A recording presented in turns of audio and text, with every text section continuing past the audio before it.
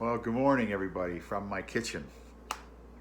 Today, we turn our attention to the third of the seven signs talked about in the Gospel of John. It involves a man who has been sick for 38 years. Now, this particular sign, as it's conveyed by John, puts a great deal of emphasis on the setting for the miracle. So we want to make sure that we pay careful attention to that setting. The healing story takes place near what's known as the Sheep Gate. Now, Jerusalem, as you may remember, was a walled city, essentially circular in shape, that had 7 gates around it, 7 places where you could enter and exit through the walls. The Sheep Gate was called the Sheep Gate because that was the gate through which people would come who were bringing animals to sacrifice at the temple. Sheep was probably the most common animal to be brought in for sacrifice, and so this was the gate when they would enter for sacrificial purposes. Now, you may remember also that any animal that was brought in for sacrifice would have to be washed first. And it may have been that same pool, the pool of Bethesda, talked about in this passage, where people would wash their sheep prior to taking them to the temple for sacrifice. Well, it was this same pool where the blind, lame, and the sick used to lay around in hope of being healed. Oftentimes, the belief back then was that these waters would periodically be stirred up or troubled by an angel. And if they were stirred or bubbling or troubled and someone were to enter the pool quickly, the first person in would be healed. It's interesting to me that given the Jews' emphasis on purity and purification, that they would sort of house or funnel the filthy animals as they come in to the city, to the same place as they would funnel the dirty people. Because remember, Jews often thought that people who were sick or had leprosy or lame or something were somehow unclean. It makes sense, knowing what we know about Jesus, that he would be there among anywhere else in the city, that Jesus would be comfortable there in that place where those who were rejected or despised or considered unclean might hang out near this pool, Bethesda. So this leads us to the unnamed man who's at the center of this parable. We're not told exactly what's wrong with him. Some translations say that he was lame, while others simply say that he was sick. What is specified, however, and emphasized is that he has been in his current unwell condition for 38 years. 38 years. That is a long time to be stuck at the edge of this pool. Now again, the reason all these sick people hung around the pool was because of that belief that once in a while, these waters would be troubled or stirred by an angel, at which moment there would be kind of a race or a frenzy to get into the pool first in the hopes of being healed. This man had been clinging to the belief and to the hope that he might be lucky enough to get healed in this pool for almost 4 decades. The problem was, and he knew it full well, is that he couldn't get into the pool fast enough once it was troubled. Others always beat him to the punch. So along comes Jesus into this rather pathetic and I think gut-wrenching scene. And we have no idea really why Jesus chose this particular man when there were undoubtedly dozens of others all around this same pool who were in need of healing as well. Was it because Jesus knew how long this man had been there? Was it that this man was at such a disadvantage when the race toward the troubled water began that Jesus felt particularly sorry for him? John doesn't tell us, and so John probably doesn't know. Excuse me. But what John does tell us is that Jesus walked up to this man and asked him what could be construed as a rather insensitive question. Jesus says, "Do you want to be well? Do you want to be healed?"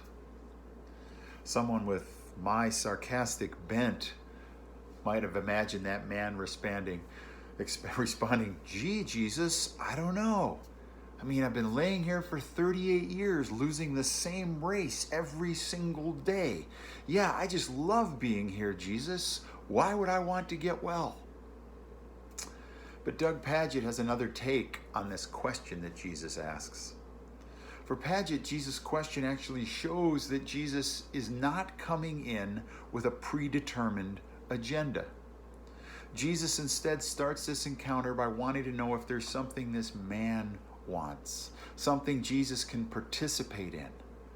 Empowering another human being, Paget writes, with the capacities the person already has is at the heart of the true humanity that Jesus came to establish. Paget continues, this is what makes Jesus' question, do you want to get better, such a kind and gracious one. Jesus does not assume that what he would want for the man is what the man wants for himself. Interesting point. I think there may be even another psychological layer of meaning in this question that Jesus asks. I'm sure that we've all met people in our lives who seem to base their identity on their problem, on their victimhood, or on the disease that has attacked them. Paget puts it a little more gently when he writes, to cope with long-term chronic conditions, many people make life adjustments and accommodations that push the pursuit of healing off their list of priorities. Paget concludes this particular section with this line, at some point, a man has the right to say, I have chosen my path and I am not pursuing healing any longer. Therapists refer to this phenomenon as learned helplessness. And I can identify personally with this phenomenon of learned helplessness. I grew up in a family that was highly dysfunctional, riddled with alcohol abuse. And early in my adulthood, I began to understand just what an impact all that my father's drinking and my mother's enabling had had on me over the years. As I realized that, it became very easy for me to blame a lot of what might have gone wrong in my life, from broken relationships to career setbacks, on my parents and on their deficiencies. But thanks to some assertive therapists and some real rock bottom experiences along the way in my own life, I eventually learned that it was largely within my own power to be healed and to be set free from my past. But I had to truly want that, and I had to be willing to work at it through therapy and so forth, so that I no longer quickly blamed things on my past and my parents.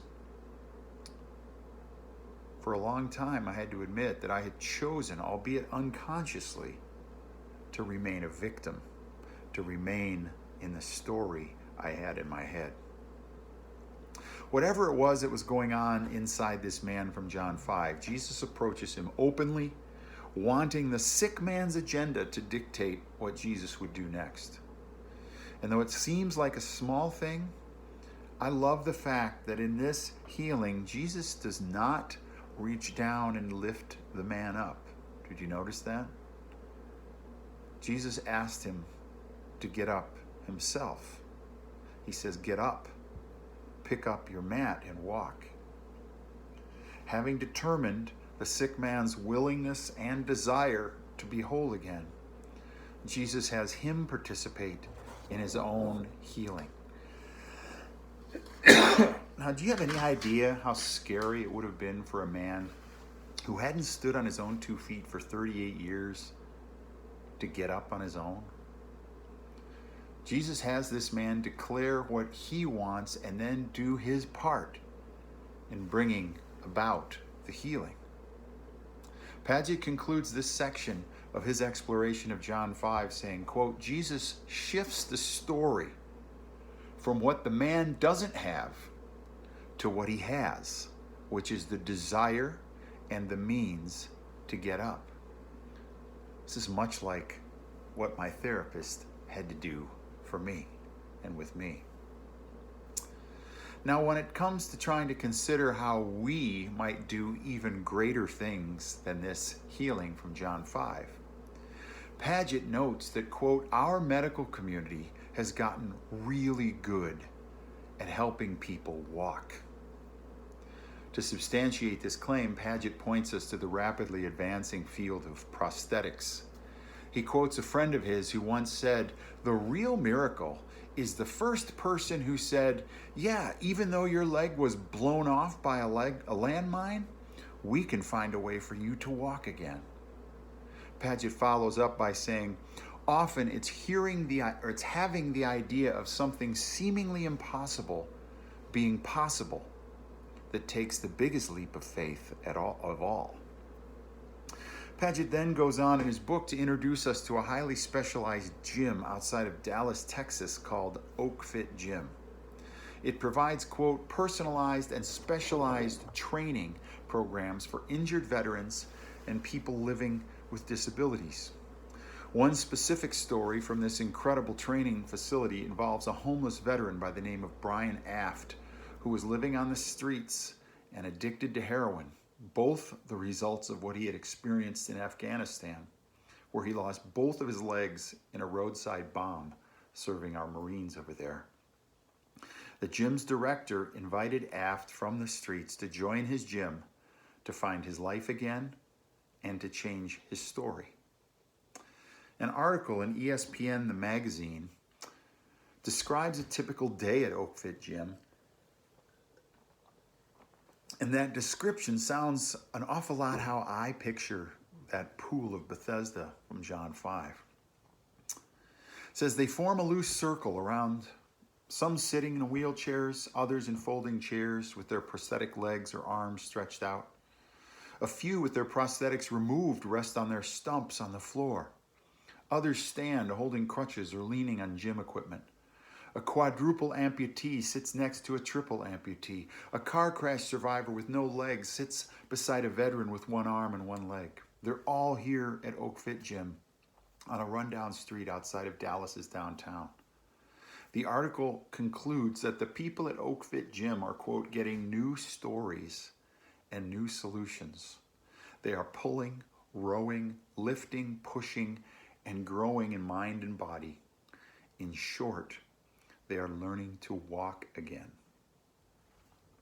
Some of you may remember the early days of prosthetic legs when they were nothing more than a hunk of plastic designed simply to support some weight or to give the appearance of a limb. But now we have people who've lost both their legs who are running the 100-yard dash in incredible times with prosthetic limbs that are actually using the person's own neural pathways in order to move them.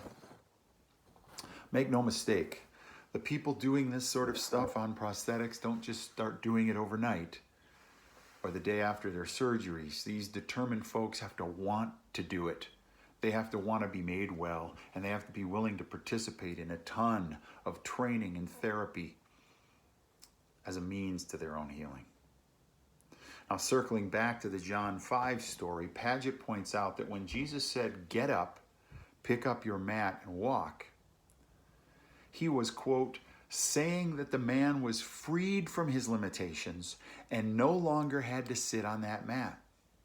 Jesus, Paget writes, released the man from the story he had been trapped in. I love that line. Jesus released the man from the story he had been trapped in. How many of us need to be healed from the stories we have been trapped in, telling ourselves over and over again for years, stories of our past, stories of our upbringing, stories of the spouse who left us, stories of the promotion that went to someone else instead of us, or even the story about some physical limitation or disease that we have that will always control our lives. Jesus offered the sick man by the side of Bethesda's pool a way out of the story he had been telling himself for 38 years. Thank God that this man took a chance on Jesus and took a chance on standing up. Oak Fit Gym founder David Vibora offered that double amputee, heroin-addicted homeless man, Brian, a new story, a way out of the story he had been trapped in for all those years since Afghanistan, and thank God Brian took it. Part of our outdoing Jesus, where John 5 is concerned, will begin with the stories we offer people as alternatives to the stories they keep telling themselves over and over again. I have to tell you folks that this is a huge part of what I do as a pastor. I offer people new stories to replace the crappy, debilitating, imprisoning stories that they've been telling themselves for decades. Stories about not being good enough. Stories about a God who judges and rejects them because of something they did in their past. Stories about how all but a select few are going to hell to burn forever. Stories about having to believe in a certain list of dogmas in order to be acceptable to God. A couple of years ago, I was working with a 90-year-old woman who was preparing to die. I was there at her bedside, and I could tell that she was terribly agitated. Something was keeping her alive, keeping her from letting go to the inevitable death that her body was crying out for. When I pressed her to tell me what it was that was troubling her, for she wouldn't tell any of her family. So when I was alone with her, she told me. She shared with me, this 90-year-old woman, that when she was 24, struggling as a mother of 4 already, she became pregnant. She was having to raise these 4 without her husband home much at all. She decided to abort the 5th child because she simply didn't think she could handle it and give her a good home. Do you know that the story this woman had been telling herself for 66 years was that her abortion made her unacceptable to God and unfit for his kingdom? For 66 years, she was a victim of one of the most horrible stories that some Christians tell themselves, and worse yet, some Christians tell others. On her deathbed, I told this woman another story. I began by asking her what she felt toward her own children, for I knew that it had been a tumultuous family system with all kinds of arguments and falling outs and relational pain over the years. And then I asked her, "Do you still love them?" She said, "Of course I do." I said, "Well, did you ever think of kicking them out of your family or disowning them for any of the things they did?" She said, No, never." And I said, "So what makes you think that God would ever kick you out of her family? Especially for something that you did 66 years ago that you so clearly regret?" She got very quiet. Then I read her John 8, that story of the woman who was caught in the act of adultery. Remember, those men, those Pharisees, dragged her into the town square, wrapped in nothing but a bed sheet, threw her at Jesus' feet, had stones in their hands ready to kill her for this. I emphasized for her how Jesus handled that situation. He did not condemn the woman. He did not kick her out of God's family, quite to the contrary. He forgave her. He forgave her.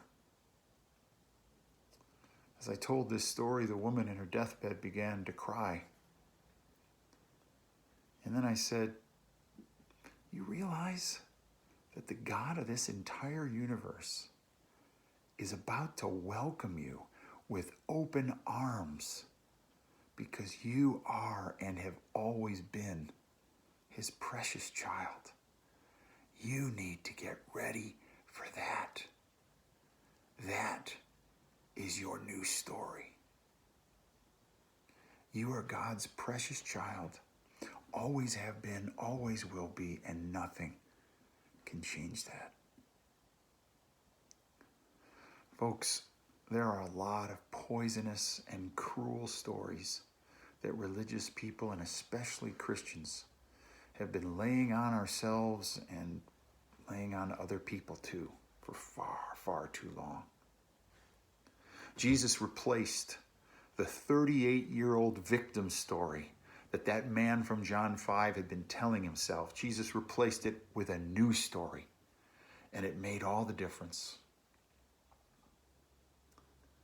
That gym owner from Oak Fit Gym in Dallas took that story that Brian Aft had been telling him ever since he got back from Afghanistan, and gave him a new story. What do you say that we become a church and a people who endeavor to tell people some new stories? Stories that replace the cruel, imprisoning, guilt-inducing religious stories that so many of us grew up with. Replace them with stories of life and of love, of grace and forgiveness, of hope and of new beginnings. Let's see if we can outdo Jesus in doing that. Amen.